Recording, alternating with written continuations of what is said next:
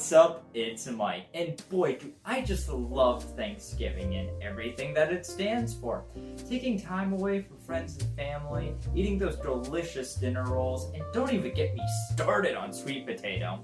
But there's one thing that I think truly encompasses the whole meaning of Thanksgiving. That one thing being Donkey Kong. What, did it look like I stuttered?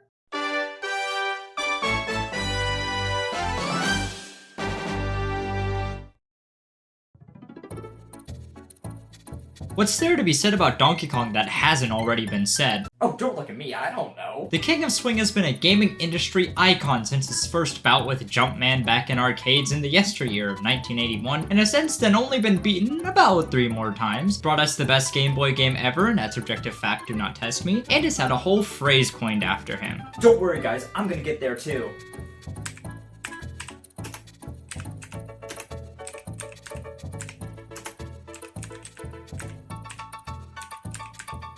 Perfect. Oh, and we can't forget about the time he let Donkey Kong Jr. drive before he got his license. What an irresponsible father. But he did teach him math one time.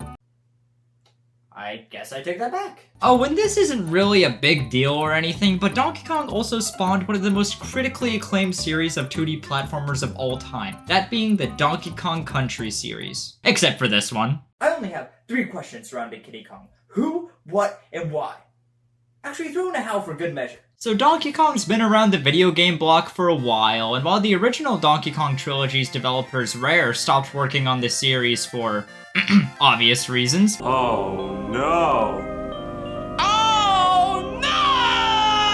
The series actually got a complete refresh thanks to One Retro Studios, which you may know for some classics as Mario Kart 7. What even is a Metroid? I thought that was a subway system. Well, Retro Studios actually worked on more than one of the best Mario Karts, yes, that is also an objective fact. They also worked on a little-known game called Donkey Kong Country Returns for the Wii, that was released near the tail end of 2010. And it saw a decent amount of sales success, along with heaps of critical praise, even though it had this thing as the controller. I gotta be honest, I don't hate motion controls, in fact sometimes I actually really like them, but putting them in a really tight retro-styled platformer where precise controls aren't just demanded but required, it's a tough sell to say the least. It never felt good to roll or really do anything in this game while shaking the Wii remote, and at the same time it made you look like a jackass, which isn't fun to say the least.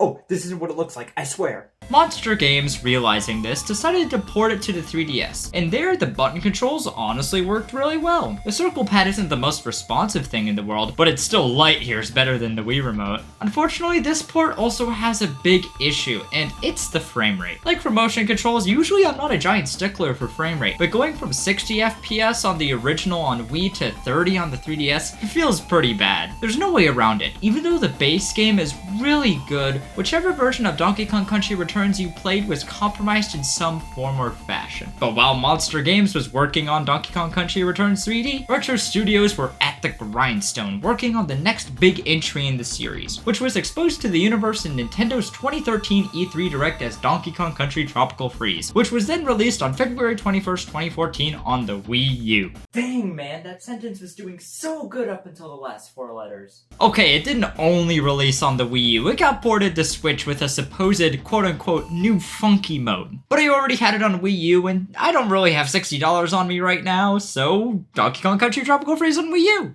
Maybe I'll add a new funky mode to this video later on. This is usually the part where I do a deep, analytical look into the story, and there will be no exceptions here. So the big bad Kongster is celebrating his birthday with his 2 friends and his grandpa. Kiddy Kong is absent, which already makes this better than Donkey Kong Country 3. Oh, I've been waiting the past 4 minutes to give Donkey Kong Country Tropical Freeze this award. It's not every day you get called better than Donkey Kong Country 3. Just before they're about to eat cake, though, a random penguin cult shows up and summons their icy bird god with a Thanksgiving cornucopia.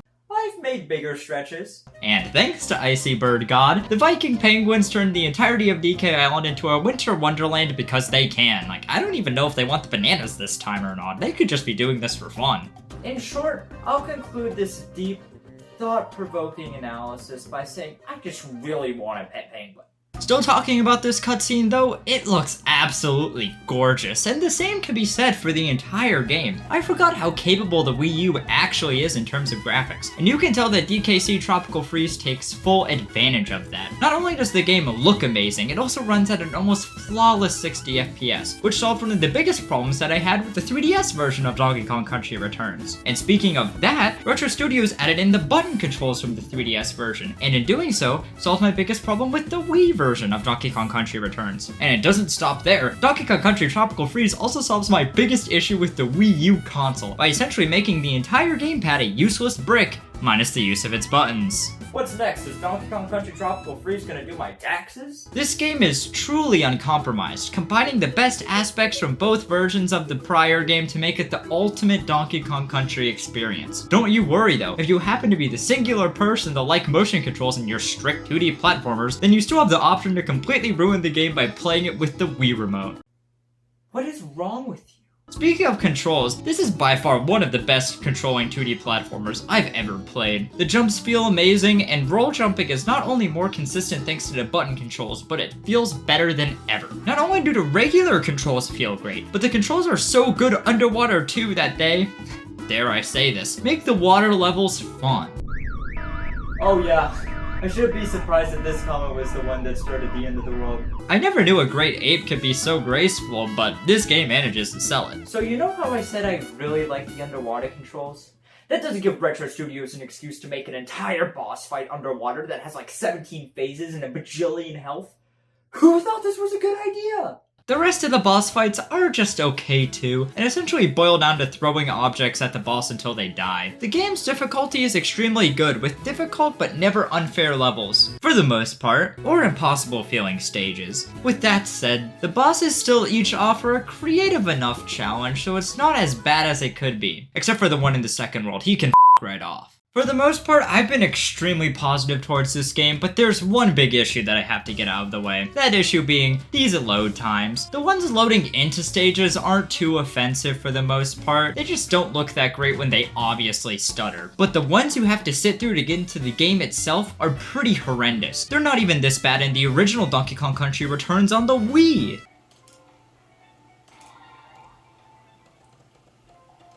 Alright, now that that's getting loaded up, I'll be right back. I'm just gonna go, grab a sandwich, start a family or something. Hey guys, just got back from starting that family. I have my son here and... Game is still loading, son of a bitch. Okay, it's not that bad, but it's still really bad. The Wii U is known for being notoriously slow though, and I'm not sure how the Switch version's load times fare, but as far as I'm aware, they're not the best. With that being said, this game is really fun.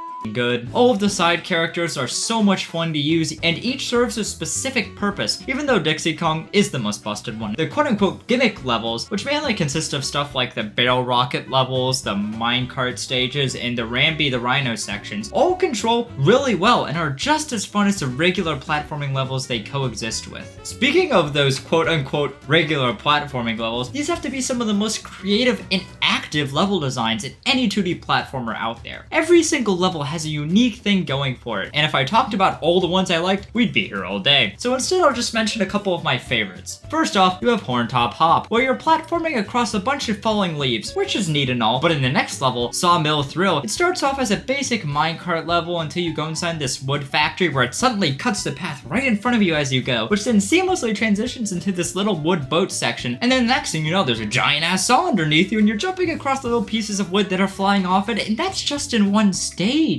So take that and multiply it by about, 57, and you got Donkey Kong Tropical Freeze in a nutshell. I cannot stress enough how creative this game is, and how much fun it is to play through it all. Some of the stages like to mix up the camera angles and use it in fun, creative ways, such as this regular looking minecart level until the camera pulls back and you suddenly have to start jumping in between different sets of rails. All these little things just add up together to make these, and I must stress, the best 2D platforming levels that I've ever played. Something that makes these spectacular stages even more so are are the collectibles, which include the Kong letters and the puzzle pieces. While the collectibles usually aren't that big of a deal, they add a crazy amount of replayability to each stage due to how well they're positioned. I'll say it every time, I'm not a completionist, but Tropical Freeze's levels are just so great. I love going back and seeing how much stuff I can collect. This game's value proposition is just nuts. Going along with these amazing stages is music that is great at best and harmless at worst. I wish there was a bit more punch to some of these, but overall nothing too bad here. I'll say it again, Donkey Kong Country Tropical Freeze is such a good game. The level designs are some of the best and most creative ones I've ever seen or played. The controls are almost flawless from the land to the mine carts to deep in the water and everywhere in between. The side characters are a delight to play with, the graphics are just as impressive as they were when the game first released, and it runs flawlessly. The new dynamic camera angles are a treat, and this game is ridiculously replayable thanks to all the hidden collectibles. This is without a doubt a game that all 2D platformers should aspire to be. But what if I told you there was an even better 2D platformer in the same series?